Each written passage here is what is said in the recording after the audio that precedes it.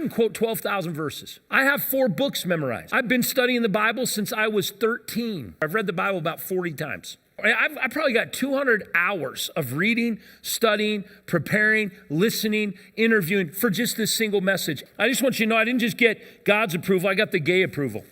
I think once the church decides it is going to give the unconverted people what they want, in an effort to win them, ostensibly, as soon as you link up with them and you let them dictate what you do as a church,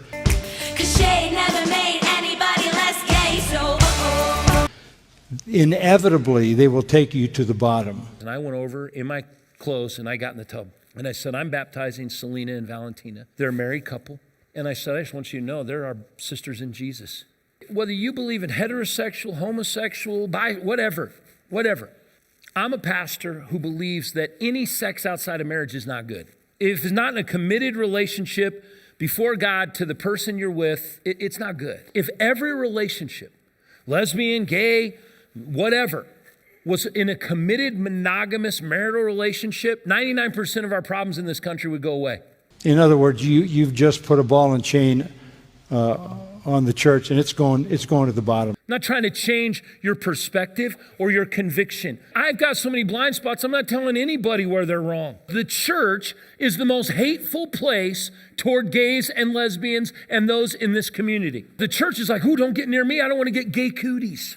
You know, my gay friends are more evangelistic than most of the straight Christian friends I know. At what point do Christians ever think they can stand in a position of condemnation, especially around people who are in a monogamous, loving relationship?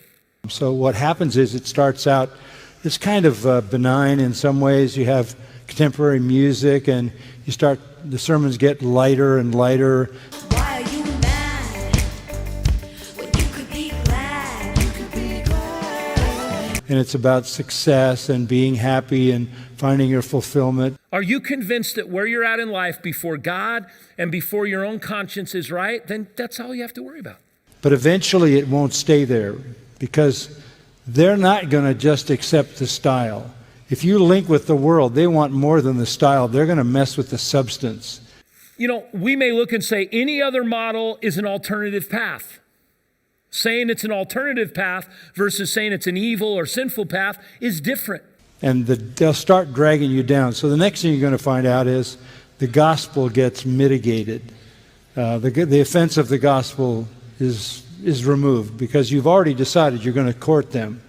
So you got to get rid of what offends them. Maybe you're here and you've never received the assurance of salvation. Hey, don't leave without it. Not going to have you stand up, won't have you come forward, but in a moment, I want to ask you to raise up your hand and put it right back down. That just tells me you got it. Would you just slip your hand up and put it right back down? God bless you. Christians, that's what it's all about. And the next day you wake up, they're dragging you into homosexuality and the LGBTQ transgender movement. So they're inventing new terms like SSA, same-sex attraction, and saying it's not a sin. A same-sex attraction is not sin. Acting on that may be. So once the church connected and decided the world was going to define it because they were going to win the world by being the friend of the world, which James says is enmity with God. So if you're the friend of the world, you're the enemy of God. It starts in a benign way, but eventually you get where we are now. How many of you are free from a life of sin? If you raise your hand or stand up, I'm going to personally throw you out of the church. Because there's nobody in this room free from sin.